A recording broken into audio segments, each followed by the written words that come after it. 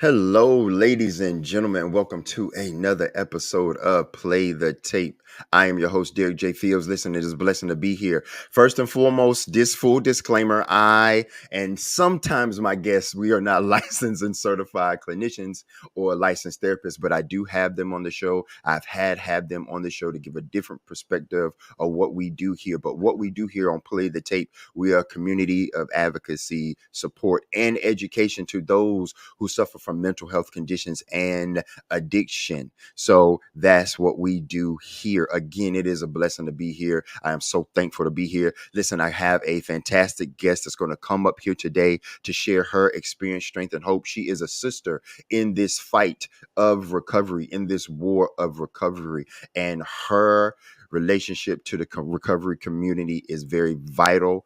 My sister, somebody I love a lot, and someone we've had good conversation. We're about to have one today as she shares her experience, strength, and hope in her testimony. Charisse Williams, how you doing today?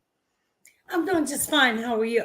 I'm doing good. I'm so thankful for you to be here and to come up here and to be as transparent as you want. Share your experience, strength, and hope to those who can get to know you, who can inspire from your story, from where you come from to where you are today. So without further ado, Miss Charisse Williams, the floor is yours.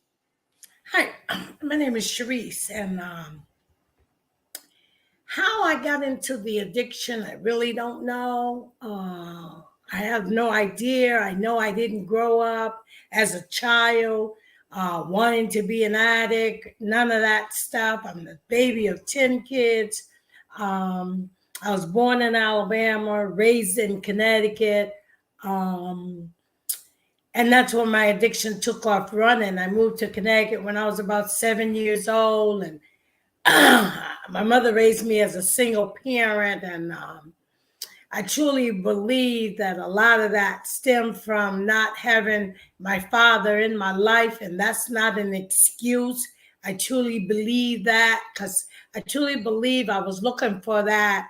I was looking for that. I was looking for that love from a male. I was looking for that. And I didn't know where to find it. And as I continued to go through my process, I picked up some drugs. And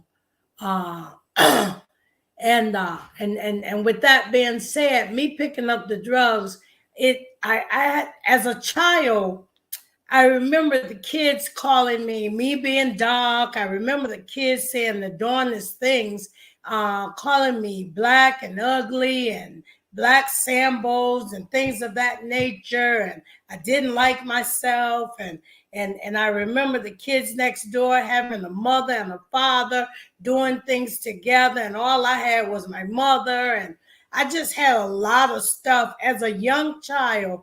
You never think that this would bother a young child, but you don't know until you experience this yourself. And the name calling and being in a one parent home coming up, all that stuff started to fall into play, and it started to bother me, and things was just, it just wasn't the same. It just wasn't like or what you would call a normal family. I didn't grow up like that. I didn't have, I came from a dysfunctional. I don't know a lot of people that has a functional family either, but mine wasn't functional at all, you know. Right. And with that being said, it turned me to a whole lot of stuff, trying to find myself, trying to learn how to like myself. And what I thought the first time I ever got high, I thought that was a fixer-upper. I thought that fixed me. How old were you? How old were you at that time, Charisse, when you first got high, when you first used? The first time I got high was like 13 years old. And I got high, I smoked some weed. And oh, wow, it took me outside of myself. And so I thought. But what happened was that weed numbed my feelings. It Mm-hmm. numbed everything. So I didn't have to feel anymore. And I couldn't, I was, oh, wow, I was on top of the world. You know what I mean? And at the time I calmed down, I was eating up everything. Back in the day, they call it weed. I don't know what they call it now. Everything. So many different things. It's ridiculous. Yeah. I've been clean for 27 years. Yeah, I'm applauding, ladies and Yeah, gentlemen. That is an applause break right there. Yes, yes. absolutely. Yes. And before I got clean, I got to a little bit of everything. Started out smoking weed. I tell these kids right now today, don't think that we won't progress. Don't think that, because I started out with that, and then before you know it, I was snorting cocaine, and that was good. You know what I mean? And I could do it on the weekend. It was okay, and it got worse, and it progressed, as I continued to go on with that. And I'm so glad and you shared that about the marijuana, about the weed. A lot of misconceptions come with that about, oh, no, it won't progress. Yes, it can. It yes, it can does. progress. So don't be fooled that it can't progress, because it can progress. So I'm so That's glad how you I shared started. about that. Yes, same. Me too. That was my first. Well, I started with pornography, but then here come the weed, and then here Hmm. come the other different types of drugs, and my Hmm. drug of choice was crack cocaine. But yes, I'm glad you shared that, Charisse, that weed can be an accelerant. It can be a jumping off point. Yes. Hmm. Hmm. Hmm. That was my starting point right there. And from that point on, it progressed and progressed and progressed, and it didn't stop. And what happened was I ended up going to jail, right? Because matter of fact, I got busted in New York, and I did 2 days in central booking. And I remember going to night court. Night court is really, really real in New York. When I was a little kid, I used to watch that show called Night Court. Night court. Yeah, I remember that.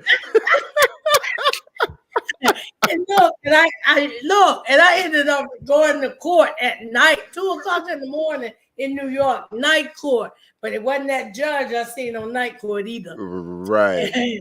And so I went to court, and next morning I got on that little bus, and it took me across that island to Rikers Island. And first time ever been to jail, I go to Rikers Island is a prison, and that's where I went. And I was over there for 4 days for transporting. And How did you feel? What was that? Okay, again, how old were you? And then how was that feeling of riding onto that bus, knowing you're going to Rikers Island, knowing that you will be there for 4 days? What was that like? What was that experience? it's funny you say that. I didn't know it was going to be 4 days. I thought it was going to be longer than Uh, that. Really, I really did. Listen, I kept saying to the lady, I said, "You have me in the wrong prison. You got me in the wrong prison." And she said, "What makes you think you're in the wrong prison?" I said, "Everybody in there look like a man. Nobody has boobs but me." And it wasn't like I had that many because I was a crack smoker. You know, I mean, let's get real with that. But yeah. she said, "You're in the right place. This is a woman's prison on this side and men are on the other side." And I remember I was scared. I was scared. I was so scared. Um, and for the first 7 days, you stayed in quarantine or whatever, so they could watch you, so that you didn't try to hang yourself or you didn't try to hurt yourself and things of that nature. And I stayed there for 4 days, and my family came and got me. Hmm. Finally, they came and got me, and believe it or not, I was scared clean. I've been clean Mm. ever since. When I left Ever Rikers since ever since I then. was I was scared clean. I Ooh. was scared clean. I don't know how. I mean, my bottom was jail. That was my bottom, and everybody's bottom is different. You have to Right. hit bottom in order to get this thing. You gotta hit bottom, and once you hit bottom, you can't see no other way. Um, I know a lot of folks want to enable their family and enable the folks, and every time they get ready to hit bottom, they put that cushion up under them to keep them from hitting, and that's an enabler. That hurts people. I'm quite sure it hurted my family more to leave me there for 4 days than to come and get me the next day. You know, that So they let me is stay. no, that's no. No, that's inspiring though, because some people may look at that as like, oh, that's cruel. But no, there's a part that enabling has to be taken aside or cut out so someone can hit bottom and feel or sense that desperation that we have felt to wake up. That's Oh, right. okay. That's This right. is something. Okay, I don't want to be here. This is not where I thought this was going to end up. But sometimes it does take that removing of that enabling and because I have dealt with that to some degree in my journey, and in my daughter's journey, where it was very hard, Miss Charisse, to as parents and loved ones and family members, you don't want to see anyone, you want to hold them, hug them, and protect them, but sometimes they need to hit that rock bottom, or that what they say, hard head make a soft ass. That's right. That's right. That's right. That's right. And that's a reality. That's really reality. It really is. And they allowed me. It's amazing when I tell people my story. I said I went to jail for 6 days and I was scared clean. And they said, "Wow, girl, you ain't been to jail." But for me, it was a jail. It really Yeah, was. right. And I was scared clean. Yeah, I remember later on in life I seen this show called Scared Straight. Mm-hmm. You know what I mean? Well, Yeah, I remember. Yeah. I was scared, yeah, way back 28 years ago, I was scared straight, and from that point on, I got clean, and I came home from Rikers Island, and I started doing a program, the 12-step program, and I got involved. I got a sponsor. Uh, and I've just been on a roll from that point on. I've been on a roll.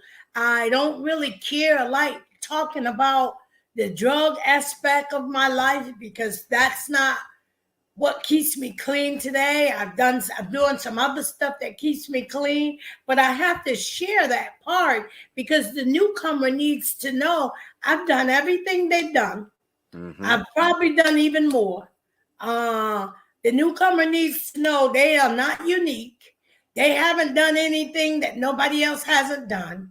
And there's no reason. I remember going to some meetings, and a young lady said to me, I had about 45 days clean now, and I was struggling. The disease had a hope to me. It wanted me to use. And I would go to a meeting, I would share. I dreamt of smoking some crack last night. When I woke up, I was in my bed. And I remember my sponsor said, you should have enjoyed that high because you'll never get it again. A dream, she said, you should have enjoyed it. But I remember this young lady saying to me, she says, Charisse, the disease is insidious. It comes for you. It comes for you. And the longer you stay clean, sometimes the more it comes for you. Because my disease, it wants me dead, but it'll settle for me using. Man, it will settle for that, but it really wants to be dead. You are so right. That thing will come and it will manifest itself in so many other ways. And that's what I had to learn, Miss Charisse. Yes. I had to learn once the desire to use drugs will go away. It will be arrested. It will subside. But then there were other things, like you said, it's insidious. And there were other things that you had to be vigilant about. And that's where that sponsor and that 12-step and that fellowship and that service work comes into play. Man, you right, because it comes daily sometimes, moment to moment. It does. And then and they had shared with me, this girl, she shared with me, she said, Charisse, listen, only thing you got to do is stay clean. She said, listen, just listen to me. Because sometimes people think they got something and it's hard for them. And sometimes all we need to do is listen to someone else's story and you'll say, thank God. Thank God for the story that I have. And the young lady, she said, Charisse, I suffer with disease of addiction. I have a mental illness. She said, I'm HIV positive. And if I could stay clean, I got about 8 years clean. And if I could stay clean, why can't you? Whew, And when that she part. shared, whoo, that part. That part. That part. And when she shared that with me, she had a mental illness, she has a substance abuse, and she's HIV positive. And this was like when she shared this, she passed and gone now. And I still thank her to this day. I still give her props to this day, dead and gone. I'll never forget how she's really helped me stay clean, because that was so real for her to share that with me. Her name is Vivian, and I love her. I love her. I love her. That's all we need to know is her first name is Vivian. We don't need to know her last name, because there is some anonymity that needs to stay in this present here. I agree with the anonymity. Absolutely. So grateful. I am so grateful for the addicts that were here, my predecessors. I am so grateful for them. I really am. But you know what? I wanted to open my own program. I wanted to do a 501c3 because I do go to the prisons. Right now I do. And I go to the women's prison. And women, even when I got clean 27 years ago, we don't have the resources that the men have.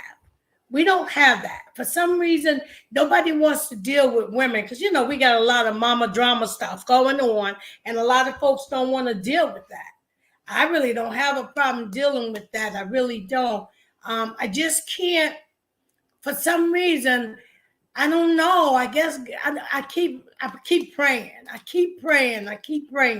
And I truly believe when God get ready for this to happen, it's gonna happen. Somebody might see this right here and want to get in contact with me and help me, because our resources is limited. Our resources completely limited. We don't have the resources that the men have. And I go to the prison and the women get out, they don't have anywhere to go. They don't have housing. They don't have nothing to get them on their feet. Right. And I would love to open some kind of program. I believe, yes, I do. I wonder, I was just at, there is a lady, a nice woman in recovery, and her name is Colleen, because of course we always honor anonymity, and she in Pitt County has started a recovery housing project in Pitt County called Haven at Blue Creek. And I can send you her information after we get off of the program today, and y'all can connect. And it's just for women, and it's beautiful. And it's just for women, because we don't have anything like that. And me and her just talked about that, Charisse. There's nothing like that in Greenville or the Pitt County surrounding area for women like that. And she is one of the first to bring it here. She said that the next one is maybe somewhere in Asheville, because like you said, there's not a lot of resources and tools and things for women. There's not a lot of people that want to get involved and help women and be of service to women. And I agree to that. For some reason. Yeah, for some reason. And I will give you her information once we get done here today, But that's confirmation. Right. That's confirmation. Right. That's just God working. That's confirmation. Man, and it's a beautiful campus. And Colleen is sweet. She's also in recovery, so she understands, and she had to fight for that land and for that building, because again, it was so many obstacles and hurdles and red tape and bureaucracy she had to fight through to get that for women, so that y'all can have a safe place. She's trying to expand it to not only 45-day program transition and then housing for a year. That way it's step by step by step, not just throwing you out once you get done with recovery. You're just done. You don't have nowhere to go. You don't know anybody. You have to go find some. This gives the women time to transition and go by a progression of step by step basis. So yeah, I would definitely give you her Look at information, God. and Look I'll at reach God. out and I'll reach out to her. Yeah, look at God. And I would like my sister Charisse, she's going to contact you. Y'all have similar interests when it comes to women in recovery. Absolutely, I will. And she probably Absolutely. know me, and I probably know her because I think I do. Yeah, I think you do. I know you do. I think you do. So Because I there, think look she at sent God. me an invitation for her opening. I Yeah, think she did. I'm not yeah, sure. yeah. I Yeah. went last week to see the campus, and and she has a building that's open on the property that she owns that is just sitting there. So it's a place where meetings could take place. It's a place for it's an open building where meetings and things of NA or things of recovery could take place there. So just Wow. have that there in your in it. You have that one too. You know what I Yeah. mean? So Yeah. yeah, Yeah. So that is that. Look at God working in. Look at God. Ah, Look at God. Look at God. And you know, and in my process, not only, you know, my plan is to try to open up something, or maybe I could partner with her, or we mm-hmm. can get something going together. Who knows? And then that's another issue. Sometimes a lot of us, a lot of women, you know, I came into Narcotics Anonymous and I used to say, I have a trust issue. I used to say that. But I remember putting my money in between some doors, or some crack at a door, not knowing who was on the other side and what they were going to give me back through that crack. And then I had the nerve to come in here and talk about trust issues. You understand what I'm saying? I so do. The trust issue was really with myself. And today I trust myself, so which allows me to let that wall down and let others in. Because if we don't trust ourselves, we can't trust anyone else. And then I remember some of the things I did to get the drugs when I was out there. I was like, man, wow, I did some stuff out there to get those drugs. But that's not who I am today. Right. Who I am today, I have character. I have some dignity. I have some respect for myself. I have some etiquette for myself. You know, behind this wall right here, if you can see it, I got quite a few degrees right here You that I do. have obtained. Yeah, I do, that I have Yes. obtained since I've gotten clean.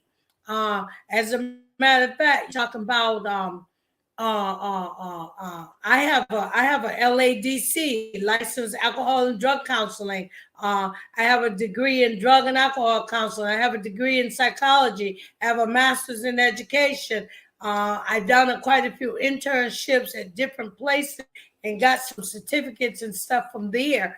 After I got clean, I just started running to education. Because, you know, I can use all I want to. I can have experience with the drugs all I want to. But if I don't have those letters behind my name, it's not really going to help when it comes to the real nitty gritty. I need those names. I need that education piece in order to function. Like this young lady, she started a program in Connecticut, and she was trying to find somebody to help her write grants. And do you know, I went on YouTube and I learned how to write grants, and I wrote her a grant and she was awarded the grant. Do you know, after that grant, I said to her, now listen about grants. Now, when people give you money, you got to make sure you do all the invoices, and you got to make sure you're accountable for that money, because you're going to want to write another grant. And she called me one day and she said, Connecticut, in Connecticut, it's a little different than down here. It's a rehabilitation state. They help you. They really help you. And it's called the Hartford Foundation for Public Giving. They give a lot of money out in Connecticut. And she called me and she said they had this other grant. And I wrote another grant for her. And she got the money. So, and I taught my own self how to write grants. I'm a persistent individual, but when it comes to that that program that I want to open. For some reason, I don't know. For some reason, I'm just hesitant. I'm just hesitant about going on, applying for my 501c3, applying for everything and doing the application and doing what I need to do. I'm just a little hesitant about that because I got so many other things going on. Right. Like I went to jail. Like I said, I did my own parting. I didn't hire a lawyer. I didn't hire anybody. I did my own parting. I got it. I got my own. I did it myself. I did all the paperwork myself, and I got my pardon. Once I did that, a young lady called me. She said, "I heard you got your pardon." I said, "Yeah, I did." She said, "Could you help me with mine?" I said, so now she I don't know what she was doing, but I was using her information to see if it was real. Right. So I did hers, right? Yeah. She got a pardon from the information that I sent. So now, look, I'm charging folks now. You want a pardon? I got you, but I got a fee for it. I love this. Like this is another more confirmation, Miss Charisse, for me, because the God of my understanding, who I choose to call God, my higher power, who I choose to call God, has placed education as a part of something that I need to I need to focus on. Going back to school to become a Christian counselor. For me, going back to school to get my bachelor's degree in theology and master's in seminary, because what I want to go back into treatment facilities, and for those who have a faith in God, integrate those services back into treatment more and more on the mental health and addiction side, where they're not prioritized as much as other therapy is. Not saying or minimalizing other therapy, but just prioritizing that as well. So I'm with you when it comes to the education part and the inspiration that you're giving me with your degrees in the back. Because I say it to my wife all the time. That experience that we have, you and me and our viewers and listeners, we have that experience, but that experience only goes so far. You definitely need those letters. You need those degrees. You need that education, not to only have that experience, but couple it with that book knowledge that you learn in that classroom, because it's teaching you a different side to look at it. And I believe education in higher learning is very important. And I also want to say, man, you have so much education I see why you want to start your 510c3. You have so much education that you could give to women that need that right now. They need to know how to write a grant, need to know what a pardon is, need to learn law, philosophy, and ethics. That is amazing and a blessing. And of course, I'm an advocate for prayer, and I do believe in the power of prayer. And me too. Yeah, I am with you 100%. I support anything that you got going on like that, because it's needed here, especially in North Carolina, but definitely in Pitt County and the surrounding areas. Yes, ma'am. We need it everywhere. Yes. We really do, because right now, if you have a police record or you have any kind of cases, some folks can't even go and get food stamps. You got people that's disabled, did some stuff back years ago, and due to their jail record or the criminal history, they can't even find housing. So it's not just getting a pardon just to be getting it. It's getting it because you really need it. You really need it. People can't even get an apartment. If you got a police record, they deny you housing, they deny you benefits, they deny you. You can't even get financial aid to go back to school if you got all kind of criminal history and stuff. So that pardon plays a big part in each individual life. And like when I went to jail in Rikers Island, I looked at the population right there. It didn't just scare me. My awareness woke up. Most of the people that was in Rikers Island with me when I went to the lunch hall and I was coming from the lunch hall, they looked like me. They look like me. So now I had to write a thesis in one of my degrees, and my thesis talked about the adolescents with substance abuse in prison. How what does it look like? And when I did the research and wrote on my thesis, 83% of the inmates in any prison, in any facility, were mostly African Americans. 83%. And this was like when I got my master's degree, this was in 2003. So in 2003, shoot, how old was I? About 48, maybe 47. You know, I'm 66 right now. And I'm retired. I retired from the state of Connecticut with a good retirement and a good job. And we talked about drug addictions and experience that you and I have, and not having those letters behind your name. And I had some letters behind my name, and I remember it. I remember patients. I worked at an inpatient facility, and I remember some of the clients saying, "If you haven't been out there in the streets, I don't want you for a counselor." Right. I remember that too. I've heard it.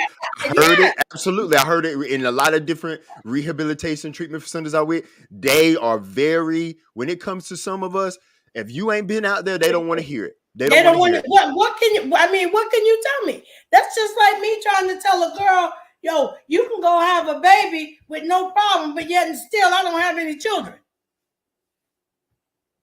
If you don't have experience, you got to send me to somebody that got the experience.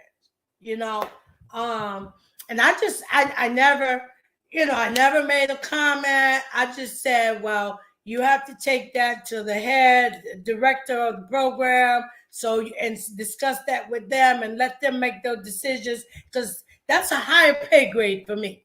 Right. But even deep down inside, I said to myself, I feel you. Right. Yeah, I know. I feel you. Deep down inside, I feel you. Mm-hmm. But I couldn't elaborate on that with them, because that everybody deserved to have some clients. But those folks was like, if you ain't never been a drug addict and you ain't never smoked no crack, what can you tell me? Yeah. Yeah. That makes sense. It does. And I like the way that you handle that too. And I want to talk about what you said about the whole trust thing. That really resonated with me as well when you spoke about the trust. Like, I'm trusting handing this money through this slot in this door, not knowing who behind that door and not knowing what I'm receiving. That resonated with me in a way, because I have to trust my higher power, and I have to trust in my brotherhood and my sisterhood, or my fellowship, and in my sponsor, and in things like that, because I'm with you. I was the same way. I'm gonna go here at 2:30 or 3:00 in the morning in this neighborhood that I may or may not been here before, because where I'm going before, they're re-upping or they're out, and I need to go here, or I need to go here, or I need to go across town, places I've never been, people I don't know what I'm going to get, but I trust. I'm trusting that if I don't, I'm going to miss out on something, and I'm going to miss out on a good batch or whatever, and I need to do whatever it takes to get over there. And now when I go to the prisons too, and when I go to the institutions and treatment facilities, I tell them it's the same hustle. Whatever you went out, whatever you were doing out there to get your next one or your next one, to feed that disease, it's the same as recovery. You have to do whatever it takes, as long as it's not hurting yourself or others, to get the next recovery. Get the next recovery. Get the next recovery. Yeah, work your program, work your steps. Get a support system and a network of people that you can call, that you can trust. And that really, that trust part that you said, everything you said has resonated with me, but that trust part has resonated, because my disease still pops up. It still pops up on me when it comes to pornography, because that was my primary. And then drugs and sex for me go hand in hand. Like, if there's sex, there's drugs. If drugs, there's sex. And that symptom, or that primary, sometimes still have used dreams with It's sexual. You say that. It's so funny you say that, because when I first met my husband, we were getting real serious, and we really was getting serious. And I said to him, I said, well, we need to sit down and we need to talk, because I need to let you know a lot of things I did out there using wasn't pretty. My husband wasn't from Hartford area or the area where I grew up at, where I used that, but he came there. And I had to tell him, I did a lot of things out there using that I'm not too proud of. And my husband said, if it's in the game, it's in the game. Yeah. Yeah. And nobody can come and tell me anything about what you did when you was out there. I don't even look like that type of person to approach for you to come and try to tell me something about my fiance. And him and I, we went on and we got married, and shoot, we've been together. I met him when I had about 6 months clean. I remember sharing with him, I wanted to go back to school. I wanted to get some education. And he said, let's not talk about it. Let's be about it. Right. And he went with me to register into the school system and stuff. And I look at him now sometime and I said, babe, why you marry me? He said, because you're smart. He don't say he love me. I said, why you marry me, babe? He said, because you're smart. He said, you were an investment.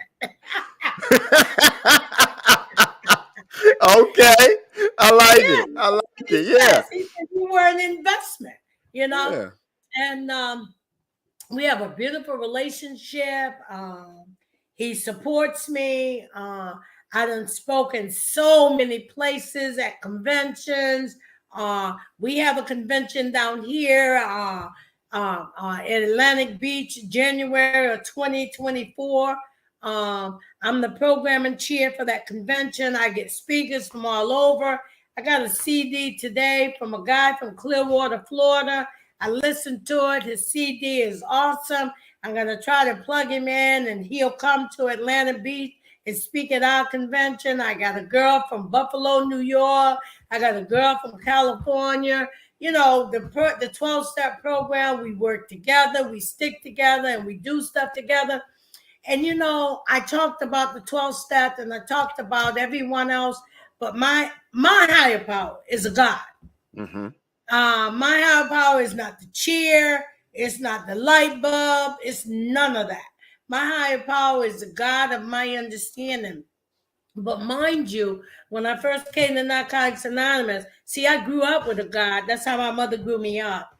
And when I first came to Narcotics Anonymous, I came to Narcotics Anonymous with my mother's God. And as I continued to stay here and continue to work a program, I ended up with the God of my own understanding. Because I remember my mother saying, if you do this, God gonna punish you. If you do that, God gonna punish you. If you do this, and that's how she grew me up.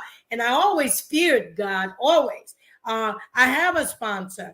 To be honest with you, the first sponsor I ever had was my mother.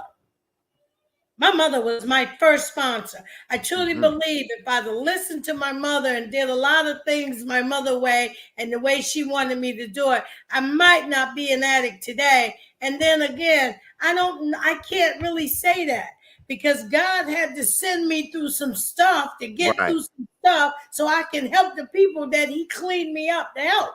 Right. I agree with that 100%. I agree with that 100%. I used to tell people when I go speak, I tell people I'm grateful for this, and they'll look at me funny. And I'm like, you were grateful that you had the disease of addiction? Like I am, because just like how you said, it was God's way, the God of my understanding's way to show me how I needed to be used and how I could be of service to those who are still in that pit and that darkness that feel like there's no hope. And we are that hope, Miss Charisse. And so I'm with you 100%. So, man, that's funny that you say that. That's funny that you say that. I say that too. I do. Yeah. God said he wants strong soldiers working for him. Yeah. And he knew that I would be able to conquer whatever it was I needed to conquer. So that's why he put me in Rikers Island, to get my attention so I can do what he needed me to do to get to where he wanted me to be, so I can help others. And listen, I speak everywhere. I've been to New Orleans. I went to a place in Mississippi I've never heard of before in my life. And how these people got my information, Pascadillo, Mississippi. Yeah. Yeah, Right. yeah. Yeah. And come to find out, it was only about an hour from New Orleans. Oh wow. And Yeah. I've been to the Mardi Gras plenty of times. So, you know, I just do. I just do. I just do. I do. I do. I share. I'm not no boasting. I don't do a whole lot of boasting because I don't Right. have anything to boast about. Right. Everything I have is God's. It's God's. It's not even mine. It's not even about me today. It's not about me at all. It's about God and love. That's what God is, love. People right now, you got people out here saying they love Narcotics Anonymous. Yeah, and a lot of them won't even do any service work. Right. And if it wasn't for Narcotics Anonymous, I don't know where I would be. I truly believe God created Narcotics Anonymous just for me. Mm. That's how grateful He created that for me. Yeah. I don't, and if the ones that are there don't think that, well then, hey, whoop de do. But that's what I think. I think Right. He created it just for me, so I can do what I need to do for Him, and that's what I do. And you know what's funny though? Sometimes I say, God, you know we need this program. Um, I live in Pitt County, and you got Butterball over there. That company paid like $16, $17 an hour. You got Sanderson Farm out there in Kingston. It paid good money an hour. Mm-hmm. I would love to open up something like a temporary employment or something, or and get me a couple of vans and take these people out here with the sign talking about their work for money, and you can come over here every day and I'll take your butt out the Butterball and pick you up every day and help you try to do something with your life if that's what you want to do. A temp service, that's what they call it. Right. I would love to do something like that. And so I got so much in my head that I want to do till I just pray and ask God to send me where He want to send me. Because Sanderson Farm, they don't even care about you being in jail. Butterball, they don't even care about you being in jail. They just want you clean.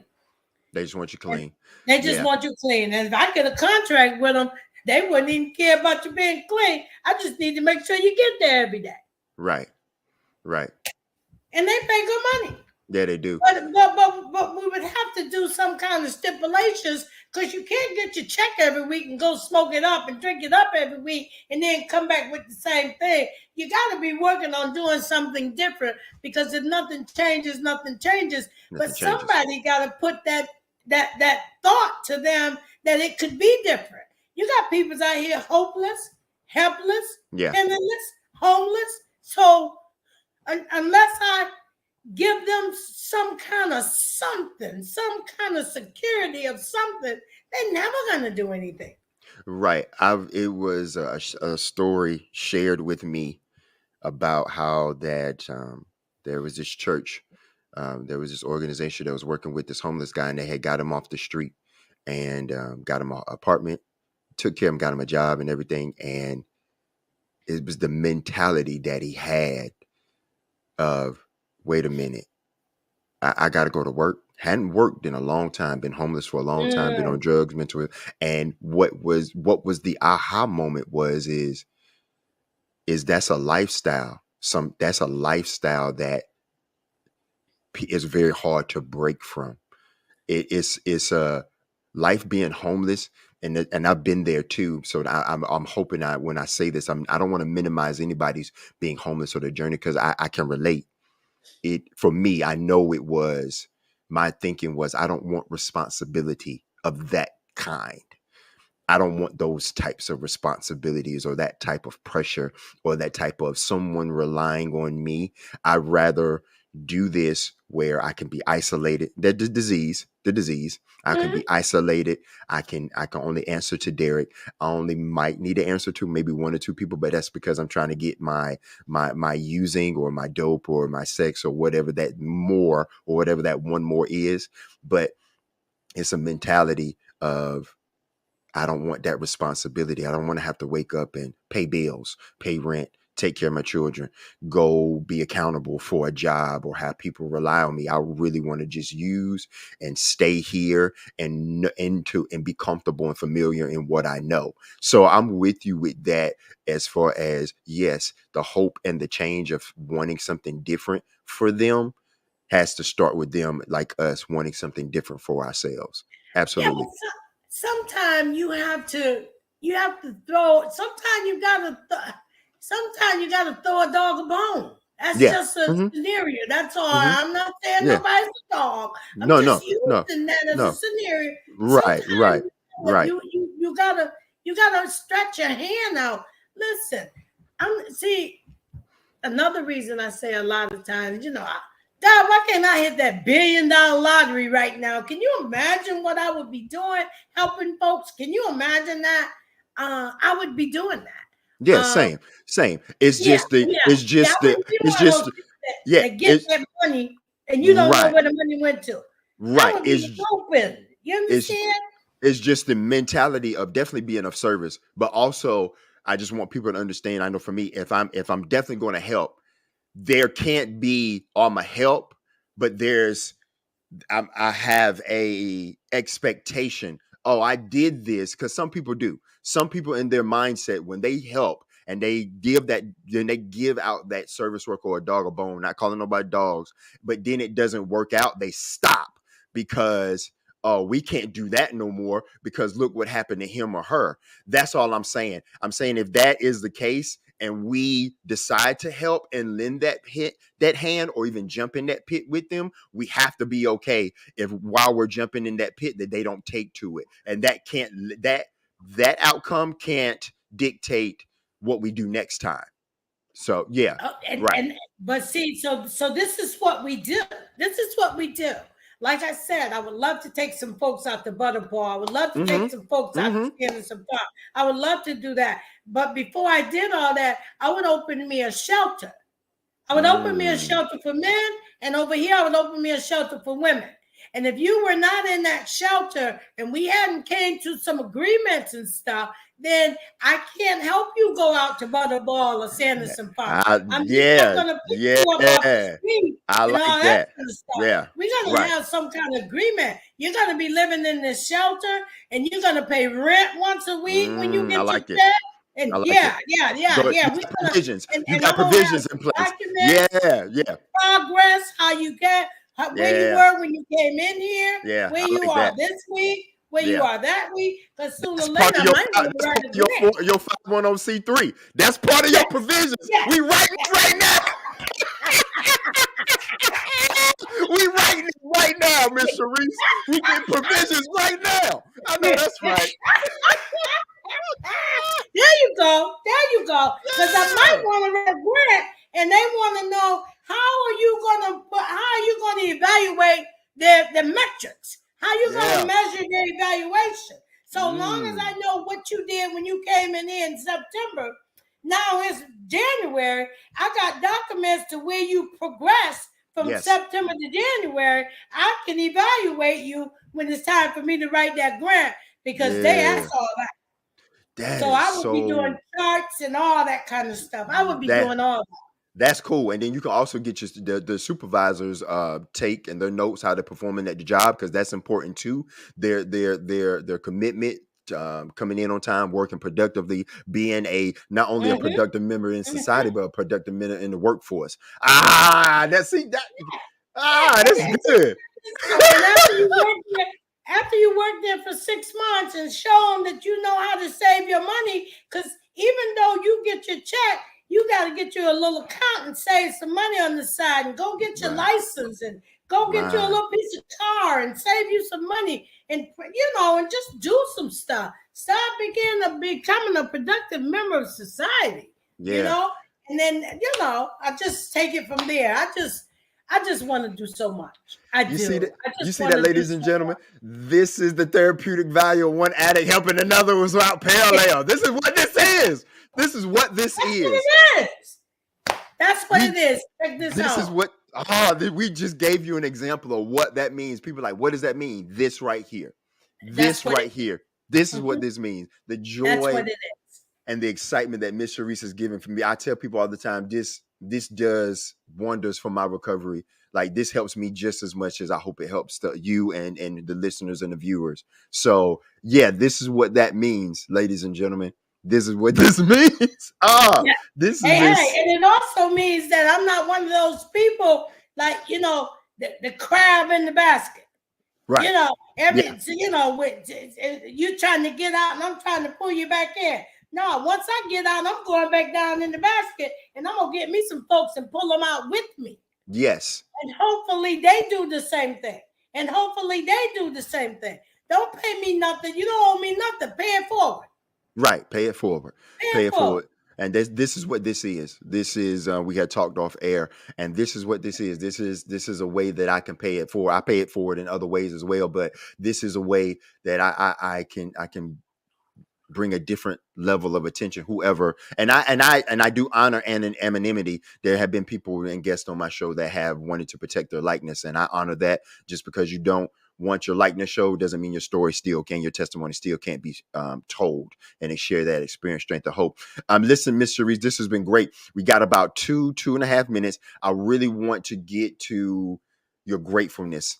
And give me a couple things you're grateful for. And the reason that I do that and I ask that on my show when I go speak, especially in the institutions, in the hospitals, and in the prisons, I tell the guys I want them, or the ladies, I want them to focus on glass half full instead of glass half empty. Focus on the blessings and the things that you do have instead of not focusing on what you don't have. Because when that disease shows itself, when that opportunity comes, and it will come, these are things, and it could be more than two, but these are things that can ground you and can hold you firm to get to a meeting, to call your sponsor, to get to your support team or support system. This is a first aid kit or a first aid kit that can get you to the triage, that can get you, I'm military background, so to get you to the hospital, get you to the sponsor of the group, or whatever you need to keep you clean and healthy for that day. So what are a couple of things that you are grateful for, Miss Charisse, that help keep you grounded in your recovery journey?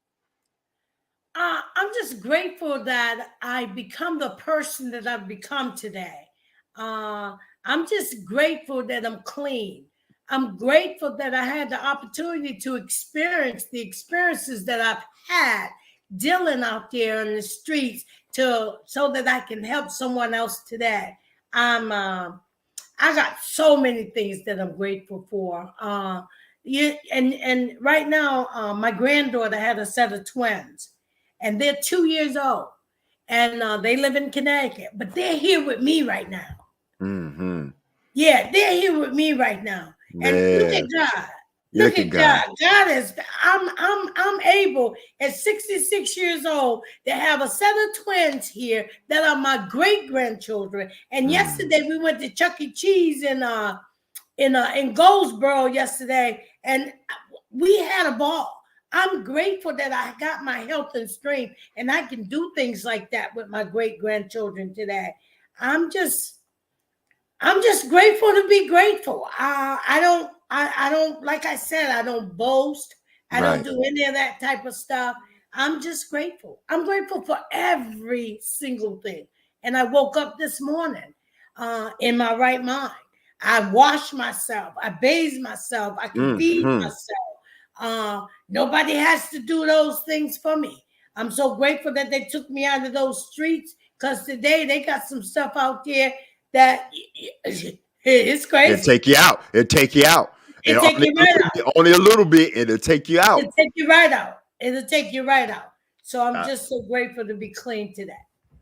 For me, I'm grateful for the God of my understanding, who I choose to call God, for another day of being clean. I'm grateful for you coming up here and sharing your experience, strength, and hope. This was this was great, Miss Charisse. I'm thankful for your story, your testimony. It inspired me to keep going, to know that I don't have to go back. I don't have to make that choice to put anything in my body, but I can choose to pay it forward and to be better. I'm so grateful for that. And I'm grateful in all circumstances. And I'm like you. I'm grateful for the small things that I used to take for granted: the hot shower, the bathing myself, being able to eat. And my daughter, she's had her first child, and we're going out there to celebrate baby Devon, and I'm looking forward to smooching on her and my son and my grandson, and just spending time with family out there. My wife's family's out there in San Antonio as well. So it's a blessing time, and I'm grateful too. So, but listen, Miss Charisse, I thank you for being up here. I love you so much, I love you and too. I hope we stay in contact. I'm gonna send you over that information after we get off here, and let's stay in contact. And thank you for doing this, and thank you for being who you are in this fight of recovery. I am grateful for that as well. So And thank you. absolutely. Okay. So until next time, Miss Charisse, you have a good day and you take care, and I love you. Okay. Love you too. Yeah. All right. Bye bye. Bye bye. Yeah, that's what we do here at Play the Tape. Another fantastic episode with another wonderful guest.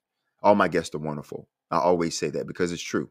They have their own testimonies, their own stories, their own strength, their own hope, their own experiences that they bring to this platform for you, for me, for themselves. Listen, with peace comes understanding, with understanding comes love, and with love comes hope, and with hope comes faith, and with faith comes recovery. I know I say that in so many different ways, but it's not scripted here. But but it is written on my heart, and I mean that. If no one hasn't told you today that they love you, I love you, we love you, but most importantly, God loves you. Hey, this has been another great, fantastic episode. Until next time, peace.